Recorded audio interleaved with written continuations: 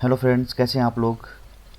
दोस्तों, मेरा नाम है जेपी और दोस्तों आज हम प्रैक्टिस सेट 6 पे बात करेंगे। और इस प्रैक्टिस सेट की विशेषता ये है दोस्तों, ये सामान्य हिंदी पे बेस्ड रहेगा और इसमें और जो समास के जितने भी पार्ट्स हैं उनके ऊपर आधारित प्रश्न इसमें रहेंगे और जो विभिन्न प्रकार की परीक्षाओं में पूछे गए क्वेश्चंस हैं। ठीक है, तो इससे पहले जो 05 जो मैंने जो प्रैक्टिस सेट अपलोड कर दिया कल, तो वहाँ तक हमने 50 क्वेश्चंस हमने कर लिए थे। अभी इस प्रैक्टिस सेट में हम 51 टू 1 से 109 तक के क्वेश्चंस को सॉल्व करेंगे। और ये क्वेश्चन ऐसे हैं दोस्तों कि किसी न किसी एग्जाम में ज़रूर पूछे गए हैं, तो कृपया इन सभी क्वेश्चंस को आप ध्यानपूर्वक देखिएगा। ठीक है, चलिए शुरू करते हैं। 51 क्वेश्चन देखो दोस्तों, क्या बोलता है कि समास का शाब्दिक अर्थ होता है। समास का शाब्दिक अर्थ होता है, ये सभी लोग जानते हो। देखो, यूपी टीजीटी में पूछा गया, टीचर एग्जाम में पूछा गया है, क्वेश्चन है, तो आप जानते हैं समास का मतलब क्या होता है, संक्षिप्त करना या संक्षेप, है ना, ये होता है। ठीक है, अगला देखो 51 क्वेश्चन देखो, निम्न में से तत्पुरुष समास का उदाहरण है। इनमें कौन है जो तत्पुरुष समास का एक एग्जाम्पल है। ठीक है, एक तरफा, धनंजय या आत्मनिर्भर या वक्रतुंड। तो ये देखो, यूपी टीजीटी में पूछा गया क्वेश्चन 2013 में, तो इसका आंसर आपका क्या हो जाएगा दोस्तों, आत्मनिर्भर। ठीक है, तो इसमें आपका तत्पुरुष समास का एक उदाहरण है। इस तरह देखते हैं द्विगु समास का उदाहरण क्या है। द्विगु समास का उदाहरण, द्विगु समास आप जानते हैं दोस्तों। तो द्विगु समास का उदाहरण आपने बताना है। त्रिभुवन है, तिरंगा है, एक दंत है या दशानन है। देखो दोस्तों, तिरंगा में भी आपका द्विगु समास है, लेकिन स्पेशल जो आपने बताना है, देखो एक दंत में भी है और दशानन में भी है। तो देखो दोस्तों, दशानन किसी अन्य की तरफ आपको इशारा कर रहा है, तिरंगा हमारा झंडा होता है किसी और, एक दंत भी किसी और की तरफ आपको ये इशारा करता है। लेकिन त्रिभुवन एक ऐसा एग्जाम्पल है जो एकदम आपका क्या है, तीन भवन है ना, तीन भवन का समूह है। तो ये आपको दिखाता है कौन सा समास, द्विगु समास का एक एग्जाम्पल है ना। तो ये आपने ध्यान रखना है। ठीक है, तो इनमें भी है, तिरंगा है, दशानन एक दंत है, लेकिन स्पेशल जो है ये देखो, ये किसी और की तरफ जब इशारा करता है तो इसमें दो प्रकार के समास, द्विगु समास भी है और इसमें क्या है दोस्तों, आपका बहुब्रीहि समास भी हम यहाँ पे देखने को मिल रहा है। चलिए अगला देखते हैं। 54 देखिए, देखो चंद्रशेखर शब्द में समास है। चंद्रशेखर शब्द में समास है, तो चंद्रशेखर कोई किसी और की तरफ इशारा कर रहा है, तो इसमें आपका क्या हो जाएगा, बिल्कुल सही, बहुब्रीहि। अब इसको देखते रहना कौन से एग्जाम में पूछा गया क्वेश्चन है। अब देखो, जो चौराहा, देखो चार राहों का जो समाहार होता है, समूह होता है, उसको हम क्या बोलते हैं। इसमें क्या, कौन सा समास है, देखो जरा। हाँ बिल्कुल सही, इसमें कौन सा समास है, बहुब्रीहि। देखो द्विगु भी है, लेकिन चौराहा की स्पेशल चीज़ को आपको ये दर्शा रहा है। ठीक है, तो यहाँ पर आपका कौन सा समास हो जाएगा, बहुब्रीहि तो नहीं होगा इसमें, नहीं, इसमें आपका सॉरी द्विगु होगा दोस्तों। ठीक है, द्विगु रहेगा, क्योंकि चौराहा एक कोई अलग स्पेशल कोई चीज़ नहीं है। ठीक, चार राहों का समूह है, तो ये क्या है, द्विगु समास के ऊपर हमें बात कर रहा है। चलिए तो यूपी टेट में पूछा गया क्वेश्चन है ये। अगला देखो 56 क्वेश्चन, निर्विवाद। निर्विवाद शब्द में कौन सा समास है, विवाद से रहित होता है जो ना, निर्विवाद, उसमें कौन सा, इसमें कौन सा समास है। बिल्कुल आसान क्वेश्चन है दोस्तों ये। तो इसमें क्या है, कर्मधाराय समास है क्या, या फिर अव्ययीभाव समास है, बताइए। तो इसमें आपका हो जाएगा कौन सा समास, कर्मधाराय समास। 56 कर्मधारय समास, ए ऑप्शन करेक्ट हो जाएगा। यथाशीघ्र देखो, यथा दोस्तों क्या है आपका, आपका क्या है, एक उपसर्ग है, वो जहाँ उपसर्ग होता है वहाँ क्या होता है, अव्ययीभाव समास माना जाता है। अकाल पीड़ित, अकाल पीड़ित में कौन सा समास है, देखो यूपी टीजीटी में पूछा गया क्वेश्चन है 2004 का। तो इसमें बताइए जल्दी, 58 का आपका कौन सा हो जाएगा, बिल्कुल अकाल पीड़ित, अकाल से पीड़ित है ना, तो इसमें तत्पुरुष समास है। ठीक है, चलिए अगला देखते हैं 59। जय पराजय, जय पराजय में कौन सा समास है, बताइए जल्दी। 59 जय पराजय में कौन सा समास है। तो इसमें आपका दोस्तों कौन सा है, जय भी हो रही है, पराजय भी हो रही है, इसमें कौन सा है, द्वंद्व समास है। ठीक है। सिंहाद्वार, सिंहाद्वार शब्द में समास है। सिंहाद्वार में समास है कौन सा, बताइए। 60 बिल्कुल सही जवाब है ना, सिंहाद्वार में सिंह का द्वार व तत्पुरुष समास। सप्तऋषि, सप्तऋषि में कौन सा समास है, वेरी इंपॉर्टेंट, बहुत बार पूछा गया, यूपी टीजीटी में देखो पूछा गया, टीचर एग्जाम में पूछा गया है। आप प्रवक्ता स्क्रीनिंग की प्रिपरेशन कर रहे हो तो ध्यानपूर्वक इन क्वेश्चंस को देखिएगा। तो इसमें आपका कौन सा हो जाएगा, द्विगु, 7 ऋषियों का समूह है ना, सप्तऋषि। लाभ हानि, लाभ हानि में कौन सा समास है? लाभ और हानि, इसका अगर हम विग्रह करेंगे तो लाभ और हानि, इसमें कौन सा समास है? देखो जरा, बिल्कुल सही। इसमें देखो लाभ हानि में कौन सा समास है? द्वंद्व समास है। तो द्वंद्व समास यहाँ पे है ही नहीं विकल्प में, तो ऑप्शन नंबर क्या हो जाएगा दोस्तों आपका?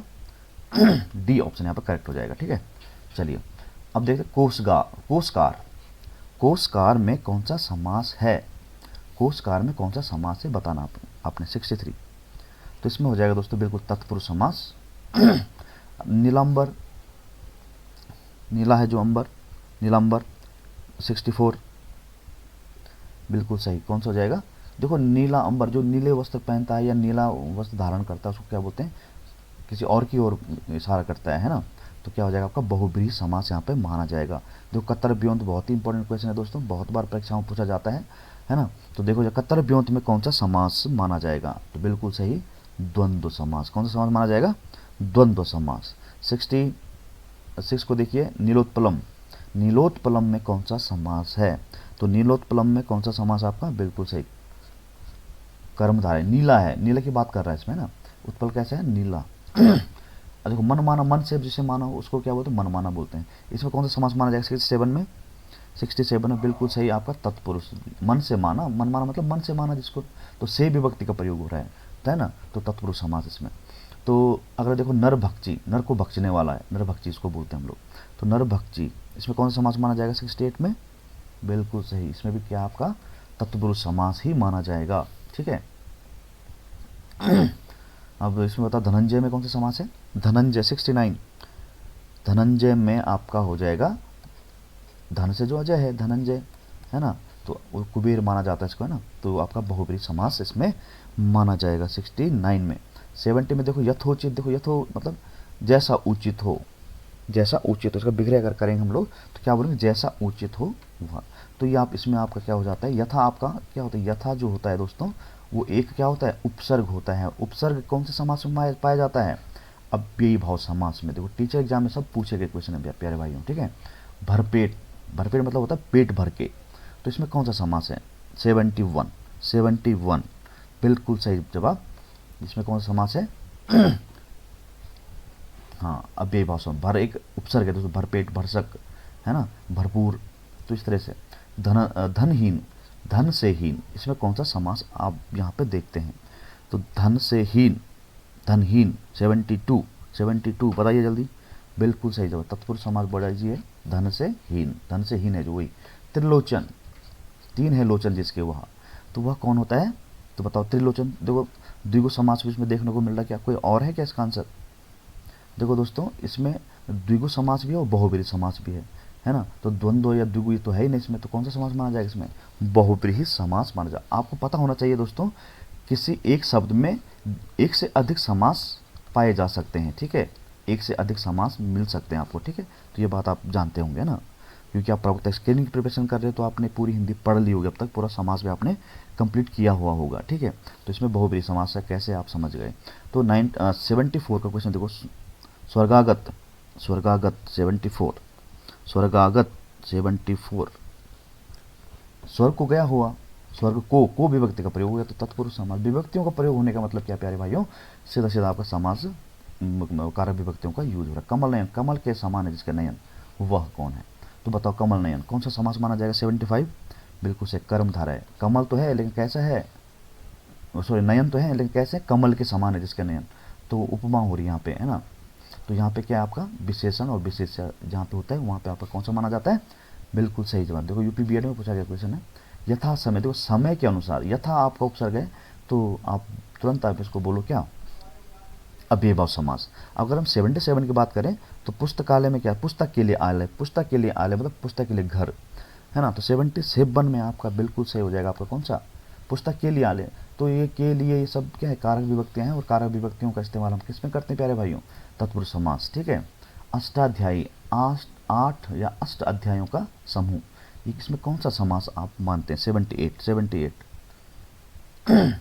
देखो दोस्तों ये क्वेश्चन बहुत ही इंपॉर्टेंट है, इसमें है तो 8 अध्यायों का समूह है, लेकिन ये अगर यहाँ पर आपका बहुब्रीहि समास, ध्यान से देखना, अगर बहुब्रीहि समास यहाँ पर अगर आपका विकल्प होता तो आपने इसको क्या मानना है? बहुब्रीहि। अष्टाध्यायी किसकी किसी की रचना है ना। हाँ, तो किसी पुस्तक के ऊपर की ये बात, स्पेशल पुस्तक है ये, तो इसके ऊपर ये बात कर रहा है, तो ये किसी अन्य पुरुष की प्रधानता यहाँ पे देखने को मिल रही है। तो जब अगर माना बात अष्टाध्यायी आपके पास क्वेश्चन आ गया और वहाँ पे द्विगु और बहुब्रीहि दोनों समास हो गए, तो आपने उसको बहुब्रीहि समास मानना है आंसर के रूप में, ठीक है। इसको ध्यान में रखना आप लोग। तो ये किसी अन्य एक विशेष पुस्तक के बारे में बात कर रही है। अष्टाध्यायी 8 अध्यायों का समूह। दशानन, 10 है सर, जिसके 10 सर वाला है ना। तो दशानन कौन होता है? रावण होता है, हम जानते हैं। उसमें कौन सा समास माना जाएगा इसमें? बिल्कुल सही जवाब कौन सा है? बहुब्रीहि समास। बहुब्रीहि 79 बहुब्रीहि। देखो दोस्तों, इसमें 10 की बात करें, द्विगु समास भी है, और अगर यहाँ पे बहुब्रीहि नहीं होता, अगर बहुब्रीहि समास नहीं होता, तो हम किसको मानते हैं आंसर? द्विगु समास को मानते हैं, क्योंकि बहुब्रीहि है यहाँ पे, इसलिए बहुब्रीहि इसमें आंसर माना जाएगा। तो एक शब्द में 2 समास है यहाँ पे। अन्न जल, अन्न और जल, अन्न और जल। 80 बिल्कुल सही जवाब। द्वंद्व समास, द्वंद्व यहाँ पे युद्ध हो रहा, मतलब समझ रहे। भाई बहन, भाई बहन 81 कौन सा समास माना जाएगा? बिल्कुल सही जवाब, द्वंद्व समास यहाँ पर माना जाएगा। देखो दोस्तों, जहाँ पर इन योजक चिन्हों का यूज किया जाता है उसमें ज़्यादातर द्वंद्व समास ही पाया जाता है, आपने ये ध्यान रखना, ठीक है। चलिए 79 हो गया, 81 हो गया, 82 पे चलता है। रात दिन, रात और दिन, यहाँ पे भी आपका कौन सा समास माना जाएगा? 82 बिल्कुल सही जवाब, द्वंद्व समास। चंद्रशेखर, चंद्रशेखर 83 में आपका कौन सा समास माना जाएगा? बिल्कुल सही, चंद्रशेखर किसी स्पेशल की बात कर रहा है, तो यहाँ पे बहुब्रीहि समास माना जाएगा। सागर पार, सागर पार में कौन सा समास है? सागर पार में कौन सा समास है बताइए भैया? बिल्कुल सही जवाब, इसमें क्या है? अव्ययी भाव समास है सागर पार। 84 में क्या है? अव्ययी भाव समास। 85 देखो, आनंद मग्न, आनंद से मग्न, देखो कारक विभक्ति का प्रयोग हो गया, इसका मतलब तत्पुरुष समास, बिल्कुल सही। अगला क्वेश्चन देखो 86 त्रिनेत्र, त्रिनेत्र में कौन सा समास है भाई? 3 है नेत्र जिसके वह, तो देखो भाई इसमें द्विगु समास भी है और बहुब्रीहि समास भी है, लेकिन ये स्पेशल कैटेगरी को का व्याख्या करने की कोशिश कर रहा है, इसलिए यहाँ पे क्या हो जाएगा? बहुब्रीहि समास। हाँ, अगर बहुब्रीहि समास यहाँ विकल्प नहीं होता तब आप क्या बोलते इसको? द्विगु समास बोलते इसको, ठीक है। तो कुछ ऐसे शब्द भी होते हैं जिनमें एक से अधिक समास पाए जाते हैं, ठीक है। 10 मुख, 10 मुख वाला है ना, 10 मुख वाला 87 बिल्कुल सही जवाब, इसमें कौन सा समास है? बहुब्रीहि समास है। देशभक्ति, देश के लिए भक्ति, देश के लिए भक्ति 88 बिल्कुल सही, तत्पुरुष समास। कारक विभक्तियों को जहाँ पर प्रयोग होगा वहाँ पर आपने आंसर तुरंत टिक कर देना है। हस्तलिखित, हाथ से लिखित है ना, हस्त से लिखित या हाथ लिखित, तो इसमें कौन समास माना जाएगा भाई? 89 बिल्कुल सही, आपका यहाँ पर भी तत्पुरुष समास है। अगला देखो, जिस समास में अर्थ की दृष्टि से उत्तर पद प्रधान और पूर्व पद गौण माना जाता है उसे कहते हैं 90। अगर आपने परिभाषा याद की हुई है तो आप समझ जाइए। उत्तर पद कहने का मतलब द्वितीय पद क्या होता है? प्रधान होता है, और प्रथम पद क्या होता है? पूर्व पद क्या होता है? गौण होता है। वो कौन सा समास होता है भाई? तत्पुरुष समास, सॉरी ये मतलब एक मतलब तत्पुरुष समास। कौन सा समास होता है? तत्पुरुष, क्रमधारय नहीं होता दोस्तों, है ना। इसमें कौन कौन सा समास माना जाएगा? तत्पुरुष समास होता है, जिसका द्वितीय पद या उत्तर पद क्या होता है? आपका प्रधान होता है, तो तत्पुरुष समास माना जाएगा। देखो यूपी नेट में पूछा गया है, एनटी उत्तर प्रदेश नए तहसीलदार में पूछा गया प्रश्न है, ठीक है। जिस समास में दूसरा शब्द प्रधान होता है, बिल्कुल वही अभी आपने देखा। देखो यूपी एनटी में पूछा गया क्वेश्चन है, तो 91 2006 कौन सा है? तब इस थोड़ा बदल दिया इसको, लेकिन प्रश्न वही है। तो कौन सा समास माना जाएगा जिसका दूसरा पद प्रधान होता है? बिल्कुल सही जवाब, तत्पुरुष समास इसको माना जाएगा। चलिए 91 हो गया, 92 को देखते हैं क्या है इसमें। इसमें क्या बोलता है कि जिस समास में पहले या बाद का कोई भी पद प्रधान नहीं होता है, मतलब कोई अन्य ही पद प्रधान होता है, उससे क्या माना जाता है? बहुब्रीहि समास माना जाता है दोस्तों, ठीक है। अगला, जिसमें दोनों पद प्रधान होते हैं उसको क्या मानते हैं? द्वंद्व समास। जिसका प्रथम पद प्रधान होता है उसको मानते हैं अव्ययी भाव समास, और जिसमें एक कर्म एक विशेष्य और एक विशेषण होता है उसको क्या मानते हैं हम लोग? कर्मधारय समास मानते हैं, ठीक है।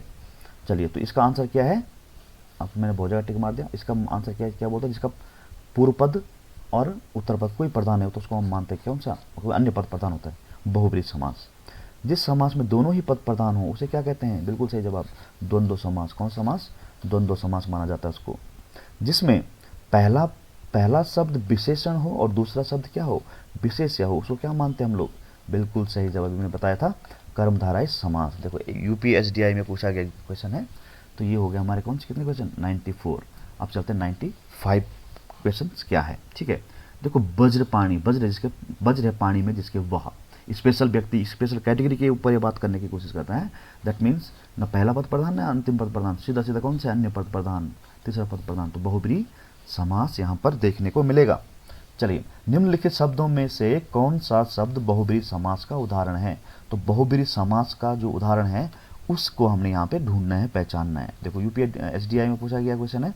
तो 96 शूलपाणी, यथाक्रम। देखो इसमें तो कौन सा समास है आपका? अव्ययभाव समास। हथकड़ी, हाथ के लिए कड़ी, हंसमुख। तो इसमें देखो शूल है, शूलपाणी। तो शूलपाणी किसी विशेष की बात कर रहा है, तो है ना, शूल है जिसके पानी में जिसके वह। तो बहुब्रीहि समास किसमें आपके? शूल है पानी में जिसके वह, तो बहुब्रीहि समास इसमें है। ठीक है। अब यहाँ देखो इसमें तो हंसमुख, यथाक्रम, हथकड़ी, हाथ के लिए कड़ी, ये तो तत्पुरुष समास हो गया। तो इसका आंसर क्या होगा? शूल है पानी में जिसके, शूल पाणी। इसमें देखो 97 में, इनमें से कौन सा शब्द द्विगु समास है? इनमें से कौन सा शब्द द्विगु समास है? तो द्विगु समास आप देखना दोस्तों, इसका प्रथम पद क्या हो आपका? हाँ, प्रथम पद क्या हो? संख्या बोधक हो या संख्यावाचक हो, उसमें क्या होता है? द्विगु समास यहाँ पर माना जाता है। देखो इसमें भी नहीं है संख्या, इसमें भी नहीं, इसमें भी नहीं है। आपका किसमें? सीधा सीधा चतुर्भुज, चार भुजाओं वाला। 97 हो गया। 98 पे आइए अब। जिन समस्त पदों में पहला पद संख्यावाची हो और उससे समुदाय का बोध हो, उसे क्या कहते हैं? Very very important. अगर आपने देखो दोस्तों परिभाषाएं याद की हुई हैं तो आप इसका क्वेश्चन का आपका जवाब दे सकते हैं। 98 बिल्कुल सही जवाब। तो कौन होता है? द्विगु समास होता है। बोलता है जिन समस्त पदों में पहला शब्द संख्यावाची हो तथा उससे समुदाय का बोध होता हो, उसे कहते हैं द्विगु समास। अभी द्विगु समास को हम देखेंगे थोड़ा अगर टाइम होगा। देखो प्रतिदिन, प्रतिदिन में कौन सा? प्रतिदिन मतलब दिन ही दिन। तो प्रतिदिन, प्रति एक उपसर्ग होता है भाइयों। उपसर्ग होने का मतलब क्या हो जाता है आपका? बिल्कुल सही जवाब, अव्ययी भाव समास हो जाता है। ठीक है, जहाँ पर उपसर्ग। अगर देखो सुनीता के बच्चे घास फूस की तरह बढ़ रहे हैं, घास फूस की तरह बढ़ रहे हैं। उपरोक्त वाक्य में घास फूस शब्द में कौन सा समास है? घास फूस। तो घास फूस देखो इसमें कौन सा समास है? 100 क्वेश्चन। देखो दोस्तों आप हमेशा ध्यान रखना कि ऐसे शब्द जिसमें एक शब्द का अर्थ हो और दूसरा एक बिल्कुल ही मतलब फालतू का शब्द हो, जैसे तो घास तो ठीक है भाइयों, यहाँ पर हम देखें घास तो ठीक है, लेकिन ये फूस क्या हुआ? फूस का हमें नहीं पता, ये एडिशनल वर्ड है। जैसे हम बोलते हैं चाय, चाय तो ठीक है, लेकिन हम बोलते हैं भाई चाय वाय बनाओ भाई, हम बोलते हैं चाय वाय बनाओ भाई, तो चाय तो ठीक है लेकिन वाई क्या है? कॉफ़ी हम बनाते हैं, कॉफ़ी, कॉफ़ी हम बनाते हैं दोस्तों, कॉफ़ी के साथ वोफ़ी हम जोड़ देते हैं, वोफ़ी हम जोड़ देते हैं, तो कॉफ़ी तो ठीक है, वोफ़ी क्या है? तो मतलब कहने का एक शब्द इसमें सार्थक होता है और दूसरा शब्द क्या होता है? निरर्थक होता है, जिसे हम ऐसे ही जोड़ देते हैं सामान्य बोलचाल में। तो इस तरह के शब्द जहाँ पे देखने को मिलते हैं वहाँ पर हमेशा आप ध्यान रखना, वहाँ पर आपका कौन सा समास माना जाता है? बिल्कुल सही जवाब, द्वंद्व समास वहाँ पर माना जाता है। कौन सा माना जाता है दोस्तों? द्वंद्व समास। हमेशा ध्यान रखना आप लोग कि इस तरह के शब्दों को आपने ध्यान रखना। घास फूस है ना, चाय वाय, कॉफ़ी वॉफ़ी है ना, कॉफ़ी वॉफ़ी है ना, इस तरह के शब्दों में जो एक सार्थक हो, एक बिना अर्थ का हो, फालतू का शब्द हो, उसमें आपका द्वंद्व समास माना जाता है। ठीक है, आप देखते हैं 101 नीलकंठ, नीला है कंठ जिसका वह, बिल्कुल सही जवाब। कौन सा समास माना जाएगा?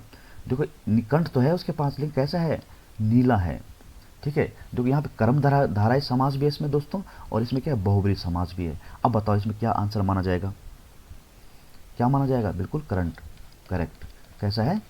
नीला है जो कंठ जिसका, कर्मधारय समास यहाँ पे माना जाएगा। ठीक है, और यहाँ बहुब्रीहि समास भी है। तो पहला आपने किसको विशेषता देनी, प्राथमिकता देनी है? कर्मधारय। अगर कर्मधारय यहाँ पर नहीं होता तब आप बोलते भाई कौन सा समास है इसमें? बहुब्रीहि। तो इसमें बहुब्रीहि अभी नहीं है, आंसर क्या आपका इसका?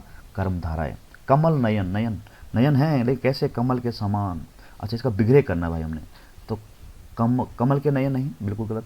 कमल के समान नयन, कमल है नयन जिसका, कमल है जिसका नयन नहीं, कमल के समान नयन। आपका बी ऑप्शन यहाँ पे करेक्ट हो जाएगा। ठीक है, चलिए अगला क्वेश्चन देखो 103 तीन नदियों का समाहार शब्द का विग्रह है। किस शब्द का विग्रह है कि ये तीन नदियों का समाहार? बिल्कुल त्रिकोण है नहीं, तीन कोणों वाला, बिल्कुल त्रिकाल, तीन काल वाला, त्रिलाकी भी नहीं, त्रिवेणी, त्रिवेणी क्या बोलते हैं हम लोग, तीन नदियों का समाहार, त्रिवेणी इसका, इस शब्द का ये विग्रह कार्य है, तीन नदियों का समाहार। ठीक है, देखिए कहाँ पूछा गया है। अच्छा, नीचे दिए गए शब्दों में से अव्ययी भाव समास का चयन कीजिए। नीचे दिए गए शब्दों में आपने क्या करना है, अव्ययी भाव समास का चयन कीजिएगा। पाप पुण्य, आजीवन, घुड़सवार या फिर पीताम्बर। किसमें देखो वीडियो में पूछा गया भाई ये क्वेश्चन ना, वीडियो अगर आप प्रिपरेशन करें तो वहाँ देखो, हिंदी बहुत इंपॉर्टेंट है। तो बताओ कौन सा है, अव्ययी भाव समास किन शब्द में पाया जा रहा है, देखो वो 1104, हाँ बिल्कुल, आजीवन। देखो आ उपसर्ग का प्रयोग किया गया यहाँ पे, आजीवन मतलब जीवन रहने तक, जैसे आजन्म भी होता तब भी इसमें क्या माना जाता है, अव्ययी भाव समास। आजन्म, आ उपसर्ग, जहाँ उपसर्ग का प्रयोग होता है वहाँ पर आपका कौन सा समास माना जाता है, पाप और पुण्य, घुड़सवार, पीताम्बर, इसमें अलग समास है। तो इसमें क्या है आपका अव्ययी भाव समास आजीवन में। युद्ध में स्थिर रहने वाले किस समास का विग्रह पद है, बिल्कुल सही। जो कल एक क्वेश्चन आया था प्रीवियस टेस्ट सीरीज में, जो मैंने 1 से लेकर 50 तक बताई है, उसमें आपका दिया हुआ था। तो किस समास का विग्रह है ये, कौन सा समास है जिसका ये विग्रह कार्य हो रखा है, वेरी वेरी इंपॉर्टेंट। देखो एडमिनिस्ट्रेटिव एग्जाम में पूछा गया क्वेश्चन है भाइयों, बहुत इंपॉर्टेंट है। तो युद्ध में स्थिर रहने वाला युधिष्ठिर होता है इसका, अगर इसको समस्त पद में बोलूँ तो इसका समस्त पद है दोस्तों स्थिर, सॉरी युधिष्ठिर, युद्ध में स्थिर रहने वाला। और युधिष्ठिर इस शब्द में जो समास है वो कौन सा है, अलुक तत्पुरुष समास है। कौन समास है, अलुक तत्पुरुष समास है, इसको आपने ध्यान रखना है। 105 में आपका कौन सा समास है, अलुक तत्पुरुष समास है, समास का ही एक पार्ट है। ठीक है, अगला देखो 106, चौराहा, चार राहों का समूह, बिल्कुल कौन सा समास है इसमें, द्विगु समास इसमें माना जाएगा 106 में। C option. वाक्य विग्रह का अर्थ है, वाक्य विग्रह का क्या अर्थ है दोस्तों, 107, वाक्य विग्रह का क्या अर्थ है आपने बताना है, शब्दों का जोड़ना नहीं। वाक्य की रचना करना बिल्कुल गलत, वाक्य खंडों को अलग अलग करके उनका संबंध बताना क्या कहलाता है, वाक्य विग्रह कहलाता है। ठीक है, अगला देखो पंकज, पंकज शब्द में कौन सा समास है, पंकज शब्द में कौन सा समास बताओ 108। देखो दोस्तों पंकज देखो किसका पर्यायवाची होता है, कमल का। तो ये किसी और के बारे में बात करने की कोशिश कर रहा है यहाँ पे। तो न तो कर्मधारा है, न द्वंद्व है, न द्विगु है, इसमें कौन सा सीधा सीधा कौन सा है, बहुब्रीहि समास है। चौराहा बहुत बार आ गया, चौराहा कौन सा समास है, द्विगु समास है। ठीक है दोस्तों, तो ये थे दोस्तों हमारे कुछ क्वेश्चंस जो 109 तक के हमने यहाँ पे क्वेश्चन कर लिए हैं पूरी प्रैक्टिस सेट में। ठीक है, तो अब मैं आपको बताना चाह रहा हूँ कि जो द्वंद्व समास होता है ना, कुछ बातें मैं आपको बताना चाह रहा हूँ, मैं कल आपको बोला था। तो जो द्वंद्व समास होता है दोस्तों, तो आप जानते हैं इसमें दोनों ही पद क्या होते हैं, प्रधान होते हैं, दोनों शब्द क्या होते हैं, प्रधान होते हैं। और इसके कुछ पॉइंट्स की अगर मैं बात करूं तो इसमें क्या है कि फर्स्ट एंड सेकंड दोनों पद क्या होते हैं, प्रधान होते हैं। और इसके मैं एग्जांपल बताऊं, जैसे माता पिता है, माता और पिता है, देखो दोनों इम्पोर्टेंट, दोनों प्रमुख होना चाहिए, जैसे माता भी इम्पोर्टेंट है और पिता भी, भाई बहन, भाई और बहन दोनों इम्पोर्टेंट है। इस तरह में कई शब्दों जैसे गौरी शंकर, गौरी और शंकर, सीताराम, सीता और राम, देशांतर, देश और अंतर, ये भी देशांतर बहुत बार पूछा गया शब्द है। देशांतर में कौन सा समास है, बहुत बार पूछा गया है। देशांतर में कौन सा समास, देश और अंतर, देशांतर, इसमें भी आपका कौन समास है, द्वंद्व समास है। ठीक है, राधे श्याम, राधे और श्याम। कंद, देखो एक शब्द है आपका दोस्तों, जैसे मैं बोलूँ कंद मूल फल, कंद मूल फल, देखो इसका विग्रह में बताऊं अगर, तो कंद और मूल और फल, कंद और मूल और फल, ये तीनों शब्द आपस में बहुत ही प्रधानता रखते हैं, इसलिए इसमें द्वंद्व समास है भाइयों। कौन सा समास है, द्वंद्व समास है। ठीक है, इस तरह से मैं दो चार शब्द और बताऊं आपको। जैसे कृष्ण अर्जुन, कृष्ण और अर्जुन, कृष्ण अर्जुन का मतलब क्या होता है, कृष्ण और अर्जुन है ना। अगर देखो दोस्तों, जैसे मैं एग्जांपल दूं आपको, मैं बोलूं आपको बताओ भाई 25 में कौन सा समास है, 25 में, वेरी इंपॉर्टेंट, 25 में कौन सा समास है, या फिर मैं बोलूं आपको 11 में कौन सा समास है, 11 में कौन सा समास है, 11 में बोलूं, या मैं बोलूं आपको 23, आपके पास क्वेश्चन आ गया कि 23 में कौन सा, 23 में 23, 23 में कौन सा समास है। तो देखो दोस्तों आपने एक बात ध्यान रखनी है, इसमें है द्वंद्व समास, और द्वंद्व समास की कंडीशन क्या है, ये बोलता है ये कहता है दोस्तों कि यदि संख्या एक, मतलब कहने का मतलब क्या है, 1 से 10 तक की संख्याओं को छोड़कर आपने क्या करना, 1 से लेकर 10 संख्याओं को छोड़कर, इनकी बात नहीं करना, जैसे बोल 5 है ये सब नहीं, 1 से लेकर 10 तक की संख्याओं को छोड़कर और 10 से आगे जितनी भी संख्याएं हैं, 11, 12, 13, 14 जितनी भी हैं, ठीक है, उनमें कौन सा समास माना जाता है, द्वंद्व समास माना जाता है। एक बात दूसरी ध्यान रखनी आपने, किस में द्वंद्व समास नहीं होगा, 1 से लेकर 10 तक की संख्या। और दूसरा क्या है दोस्तों, ऐसी संख्याएं जो क्या होती हैं, 10 से भाज्य होती हैं, 10 से डिविजिबल होती हैं, डिविजिबल होती हैं, उनमें भी आपका कौन समास नहीं, उनमें आपका द्वंद्व समास नहीं माना जाता। 10 से भाग मतलब जैसे 20 हो गया, 30 हो गया, ये कट जाएंगे 10 से, है ना। जैसे कटने के बाद देखो यहाँ 3 बच जाएगा, यहाँ 2 बच जाएगा, 3 बच जाएगा। इसी तरह से अगर मैं बोलूँ आपको 110 में क्या कौन सा समास है, देखो भाई 10 से कट रहा है लेकिन संख्या क्या बच रही है, 10 से ऊपर बच रही है, तो इसमें आपका द्वंद्व समास माना जाएगा। इसमें ये गलती मत कर देना कि भाई ये तो 10 से कट रहा है, बचा क्या आपके पास, तो यहाँ पे 11 बच रहा है। जैसे मैं बोलूँ 100, मैं कौन सा समास, 100 मतलब किससे काटूँ मैं इसको, 10 से काटूँ, तो 10 से मैं काटूँ अगर तो 10 बच गया। और मैंने क्या बोला कि 1 से लेकर 10 तक के उसमें संख्याओं में क्या नहीं होता है, द्वंद्व समास नहीं माना जाता है, तो इसमें द्वंद्व समास नहीं होता है। अगर मैं बोलूँ 200, मैं काटूँ 10 से, काटा, ये आ गया कितना, 20, और फिर से मैं इसको देखो 10 से डिविजिबल फिर से, तो 10 से मैं अगर काटूँ तो फिर से क्या बच जाएगा, 2, और 2 में द्वंद्व समास नहीं माना जाता है, आपने ध्यान रखना है, ठीक है। जैसे मैं बोलूँ 2000, तो 2000 भाइयों फिर 10 से कटेगा, करता रहेगा, इससे ये कटा, फिर से 10 देंगे, ये कटेगा, अंत में हमारे क्या बच रहा है, 2 बच रहा है। जैसे बोल 250, जैसे बोलो 250, क्या इसमें द्वंद्व समास है, बिल्कुल है। देखो 10 से काटने के बाद यहाँ क्या बच रहा है हमारे पास, मूल संख्या 25 बच रही है, और 25 बच रही है। अगर हम इसका विग्रह कार्य करेंगे मेरे प्यारे भाइयों, तो मैं क्या बोलूँगा, 5 और, ये मिटा देता हूँ, 5 और 20 5 और 20 में इसमें लिख रहा हूँ अंक में, 20 का समूह बोलो दोस्तों, या समाहार बोलो, क्या बोलो, समाहार बोलो, ठीक है। तो इसमें भी कौन सा समास माना जाएगा आपका, द्वंद्व समास माना। तो मैंने क्या बताया, पहली कंडीशन क्या बताया, 1 से लेकर 10 तक की संख्याओं में द्वंद्व समास नहीं होता है। दूसरा पॉइंट, जो संख्याएं 10 से कट जाती हैं वहां भी आपका द्वंद्व समास नहीं होता है। और 10 से ऊपर की संख्याएं जैसे 11 हो गया, 12 हो गया, जैसे 19 हो गया, फिर 20 में नहीं होगा, फिर 30 में भी नहीं होगा, 40 में भी नहीं होगा। इस तरह की संख्याएं जो 10 से कट जाती हैं, ठीक है, उनमें कौन समास नहीं होगा, द्वंद्व समास नहीं होगा। बात समझ, जैसे बोलो 53, 50 और 3 का समूह, ठीक है। जैसे बोलूँ 83, 3 और 80 का समूह, 91, है ना, 1 और 90 का समाहार, ठीक है। समझ के बात को। दूसरी बात क्या है दोस्तों, जैसे हम आम बोलचाल, इसमें भी कौन सा समझ, दोनों समझ। जैसे आम बोलचाल की बात मैं करूं, बोलचाल की अगर मैं बात करूं, तो आम बोलचाल की भाषा में प्यारे भाइयों हम क्या करते हैं, कभी कभी ऐसे शब्दों का प्रयोग करते हैं कि जिसमें एक सार्थक होता है और एक दूसरा फालतू का शब्द होता है, निरर्थक शब्द होता है। जैसे कि हमने देखा था कुछ एग्जाम्पल में, तो 2-4 शब्द, जैसे बोलो चाय, और साथ में क्या, अरे भाई चाय वाय बनाओ, चाय वाय है क्या, चाय है, वाई है। जैसे मैं बोलता हूँ रोटी, तो रोटी के साथ हम एक शब्द जोड़ते हैं, कौन सा, वोटी। अरे भाई रोटी तो ठीक है भाई, वोटी क्या हुआ, रोटी में कौन समास है, और ये क्या कहते हैं, रोटी में चाय वाय में कौन समास है। अगर इसको बिगड़े में करूँगा तो मैं क्या बोलूँगा, इसका बिगड़े कार्य हो सकता है कि बताओ भाई चाय वाय का बिगड़े क्या है। इसमें दोनों समास है लेकिन बिगड़े क्या है, चाय आदि। इसका बिगड़े अगर करेंगे दोस्तों, चाय आदि, इसका बिगड़े हो गया। इसी तरह से मैं अगर रोटी का विग्रह करूँगा तो रोटी आदि, इसका विग्रह कार्य करेंगे जब, तो मैं बोल रहा हूँ रोटी आदि। जैसे कॉफ़ी वॉफ़ी, तो कॉफ़ी आदि।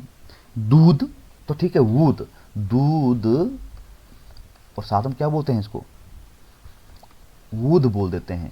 तो वूद कोई शब्द नहीं होता है, दूध होता है। तो सामान्य बोलचाल भाषा में भाई दूध लाओ भाई कहीं से, तो इस तरह से बात करते हैं ना हम लोग। तो दूध, वूद नहीं है, दूध कोई शब्द नहीं, तो इसमें कौन समास माना जाएगा आपका, द्वंद्व समास। और बिगड़े कैसे होगा इसका, दूध आदि पूरा दिन इसको बिगड़े कार्य क्या करेंगे, दूध आदि हम इसमें बोलेंगे। ठीक है, ये मैं द्वंद्व समास के कुछ पॉइंट्स बता रहा हूँ दोस्तों। पूरे सिलेबस को बताना तो मुश्किल है, लेकिन क्योंकि ये द्वंद्व समास बहुत इंपॉर्टेंट है, वो इसमें हम फंस जाते हैं आंसर देने में। अगला एक कंडीशन और है दोस्तों, कि कुछ शब्द ऐसे भी होते हैं दोस्तों जो जो पूरे समूह का व्याख्यान करते हैं। कुछ शब्द ऐसे भी होते हैं जिनमें दोनों ही पद क्या होते हैं, सार्थक होते हैं। जैसे अभी हमने देखा चाय और वाय है, तो दोनों शब्द सार्थक, एक ही शब्द क्या था, सार्थक था। लेकिन कुछ शब्द ऐसे होते हैं जिसमें दोनों ही पद क्या होते हैं, सार्थक होते हैं, और वो दोनों मिलकर क्या करते हैं, वो दोनों शब्द मिलकर क्या करते हैं दोस्तों, अन्य शब्दों के अर्थ को भी उसमें प्रकट कर देते हैं, अन्य चीज़ों को उसमें बता देते हैं। मतलब एक समूह का क्या करते हैं, ये एक समूह को पूरा व्याख्यान कर देते हैं। जैसे मैं बोलूँ, एक एग्जाम्पल रखूँ, हाथ पैर,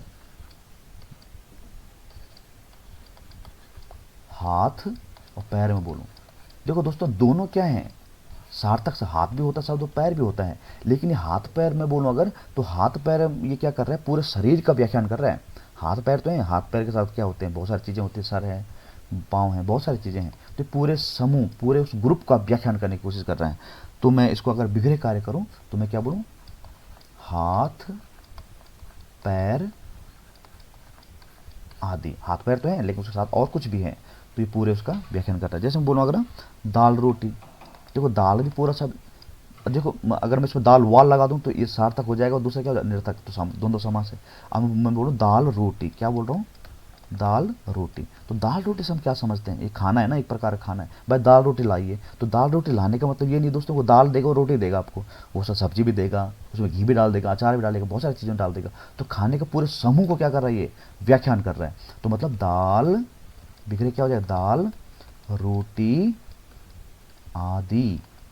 बात समझ रहे, दाल रोटी आदि इसका बिगड़े ऐसे हो जाएगा। जैसे फल फूल, फल भी अपना शब्द है और फूल भी शब्द है दोस्तों। तो फल फूल में बहुत सारी चीज़ें आ जाती है ना, अंगूर भी आता, संतरा भी आता, कई प्रकार की चीज़ें। तो पूरी कैटेगरी को यहाँ पे क्या कर रहा है, बताने की कोशिश कर रहा है, पूरे समूह को यहाँ पे व्यक्त करने की कोशिश कर रहा है। कौन सा शब्द, फल फूल, दाल रोटी, हाथ पैर। और जैसे मैं अगर बोलूँ रुपया पैसा, रुपया पैसे में क्या बहुत सारी चीज़ें आ जाती हैं, ठीक है। धन दौलत, धन और दौलत में क्या, धन दौलत आदि। तो धन दौलत में भी क्या होता है, पूरे समूह को व्यक्त करने की कोशिश कर रहा है भाइयों, ठीक है। अब जो मैं आपको बताने वाला बहुत ही इंपॉर्टेंट प्यारे भाइयों, मुझे नहीं लगता शायद आपको पता हो, अगर पता है तो अच्छी बात है, नहीं पता है तो मैं भी बताने वाला हूँ। द्वंद्व समास ही चल रहा है भाइयों, बाकी समाज में किसी को डिस्कस नहीं कर रहा हूँ, सिर्फ द्वंद्व समास आप देख लीजिए। तो द्वंद्व समाज में क्या होता है दोस्तों, जैसे मैं बोलूँ आपके पास 4-5, मैं बोलूँ 4-5, बताओ कौन सा समास है। अगर आपके पास, आप स्क्रीनिंग परीक्षा की प्रिपरेशन कर रहे हो और मैंने बोल दिया कि 4-5 में कौन सा समास है, बताइए जरा। कोई जरूरी नहीं कि दोनों समास हो इसमें, ठीक है, बताइए जरा। तो आप शायद अगर आपने पढ़ा होगा तो बता सकते हैं, नहीं पढ़ा है तो मैं भी पढ़ा रहा हूँ, आप इसमें ध्यान रखिए। देखो 4-5 इस तरह का जब शब्द होता है तो इसमें क्या होता है, एक शब्द ले लिया जाता है और दूसरा छोड़ दिया जाता है। अब ले लिया जाना और छोड़ दिया जाने का मतलब क्या है, देखो दोस्तों अगर मैं इसका आपको उत्तर बता दूं तो इसमें द्वंद्व समास ही है, ठीक है। इसमें कौन सा समास है, द्वंद्व। तो द्वंद्व समास की कंडीशन क्या बोलती है दोस्तों, ऐसा समास या ऐसा सामासिक पद जिसमें क्या होता है, एक जो पद हो उसको ग्रहण किया जाता है और दूसरा क्या हो जाता है, वहीं छूट जाता है। तो उसको हम क्या बोलते हैं, द्वंद्व समास की कैटेगरी में रखते हैं। जैसे 4-5 है, जैसे मानो एग्जाम्पल देखो है ना, एग्जाम्पल आप समझ में आएगा। जैसे आपने कोई परीक्षा दी मेरे प्यारे भाइयों, आपने स्क्रीनिंग परीक्षा देंगे अभी आप, जैसे पहले कोई परीक्षा दी होगी आपने, अगर मैंने पूछा आपको भाई कितने नंबर आएंगे, आप बोले यार 60-62 आएंगे यार, कितना आएंगे 60-62 आएंगे यार, या बोल देंगे आप 90-92 तक, 90-91 बोल देंगे, आप कुछ भी बोल देंगे। तो आपने क्या बोला, 90 या 91। तो अब इनमें से तो एक ही बात सत्य होगा ना भाई, या तो 60 ही नंबर आएंगे, तो 62 ही आएंगे, या तो 90 आएंगे, या तो 91 नंबर आएंगे। ऐसा तो नहीं है ना कि 90 आ गए 91 साथ आ गए, तो ऐसा नहीं होगा। तो इसमें से क्या होगा, ये एक वैकल्पिक व्यवस्था है।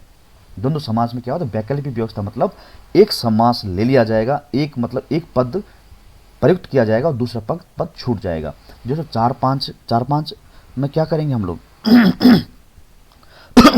4-5 का मतलब क्या है, दोनों में से एक ही बात सत्य होगी, या तो चार, इसका बिगड़े मैं करूं 4 या 5, 4 या 5। जैसे बोलो 90-91, तो 90 या 91, या तो ये बात सत्य है या फिर ये बात सत्य है। अगर आपका रिजल्ट आएगा तो आपका ये तो 90 नंबर आ रखे होंगे या तो 91 नंबर आ रखे होंगे, एक ही बात होगी ना। तो जब इस तरह का प्रश्न आता है तो आप समझ जाना कौन सा समास है, बिल्कुल सही। जैसे बोलो 7-8, जैसे बोलो 7-8, वेरी इंपॉर्टेंट क्वेश्चन। 7-8 में कौन सा समास है, इसका बिगड़े में करूं तो इसको क्या बोले, 7 या 8। या तो 7 होगा भाई या तो 8 होगा, दोनों नहीं हो सकते। तो वैकल्पिक समास इसको बोला जाता है। द्वंद्व समास का क्या होता है? वैकल्पिक द्वंद्व समास, या फिर एक्सेस भी आप बोल सकते, एक्सेस द्वंद्व समास। तो एक्सेस द्वंद्व समास कैटेगरी में ये माना जाता है। एक्सेस कहने का मतलब क्या है? एक सही हो जाएगा और दूसरा वहीं रह जाएगा, शेष रह जाएगा, मतलब समझ रहे? तो इस तरह से जैसे मैं बोलूँ आपको भाई कि 10-20, यार 10-20 नंबर आ रहे यार मेरे, 10-20 नंबर आ रहे। 10-20 नंबर का मतलब क्या है? या तो 10 ही आएंगे तो 20 ही आएंगे, दोनों बात सत्य नहीं हो सकती ना। या तो 10 या तो 20 हो जाएंगे, है ना। या 8-10 बोलेंगे आप, या क्या बोल सकते हैं आप? 8-10, 8-10, या तो 10 आएंगे तो 8 आएंगे, दोनों बातों में एक बात सत्य होगी और एक वहीं छूट जाएगा। तो कहने का मतलब क्या है दोस्तों? जब इस तरह की संख्या आपके पास दी जाती हैं तो वहाँ पर भी आपका द्वंद्व समास माना जाता है। कौन सा समास माना जाता है दोस्तों? द्वंद्व समास माना। अच्छा, कुछ एक दो एग्जाम्पल और देखो जरा। मैं बोलूँ दोस्तों आपको लाभ हानि, मैं क्या बोलूँगा? लाभ हानि में कौन सा समास है? या फिर मैं बोलूँ लाभालाभ,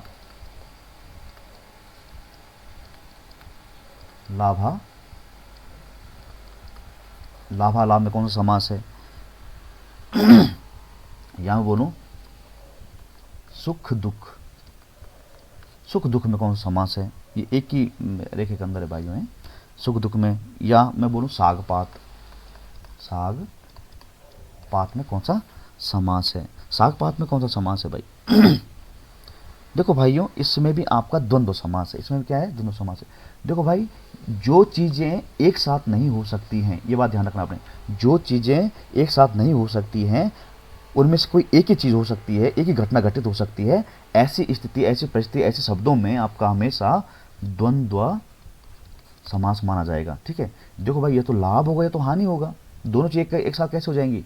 आप या तो एक बार अमीर बनेंगे या तो गरीब बनेंगे।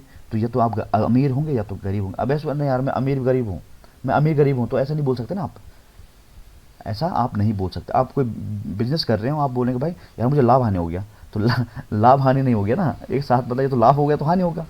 तो कहने का मतलब क्या है? इसका अगर बिखरे करेंगे तो आप क्या बोलोगे?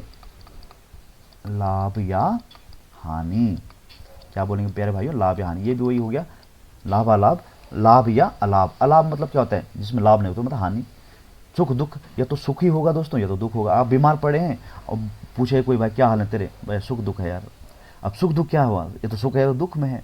तो दोनों चीज़ों में एक चीज़ होगी। साग पात, या तो साग है या तो पात है। पात में पत्ते हो गए, ये क्या है? साग मतलब सब्जी, समझे बात? उसे हम खाते हैं, तो साग या पात। तो कहने का मतलब क्या है? इस तरह के शब्दों में क्या होता है आपका, जिसमें एक घटना घटित होगी, दोनों नहीं होगी, या तो लाभ या हानि, या 10 होगा या तो 15 नंबर आएंगे, तो उनमें भी क्या माना जाएगा दोस्तों? द्वंद्व समास ही माना जाएगा। ठीक है,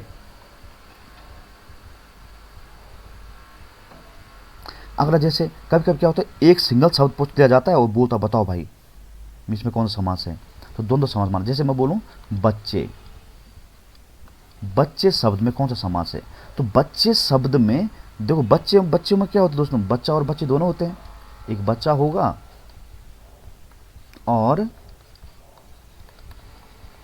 बच्ची होगी, बच्चा मतलब लड़का और बच्ची मतलब लड़की। तो बच्चा और बच्ची, बच्चे में कौन सा समास है? द्वंद्व समास है। तो ये बच्चा और बच्ची के समूह को प्रकट कर रहा है।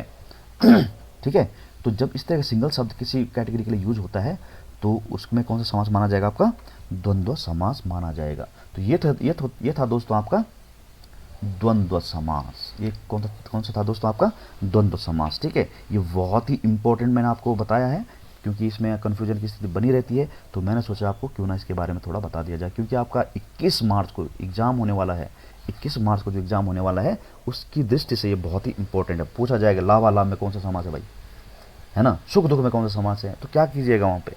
तो वहाँ पे देख लेना कि एक शेष रह जाएगा, एक ही घटना घटित होगी जब, तो समास माना जाएगा आपका द्वंद्व समास। ठीक है दोस्तों, थैंक यू सो मच, आपने मेरे इस वीडियो को लाइक किया, पसंद किया, और आप अपने फ्रेंड में इसको शेयर करेंगे तो एडवांस में आपको थैंक यू कह देता हूँ। और नेक्स्ट प्रैक्टिस सेट के लिए आप वेट कीजिए।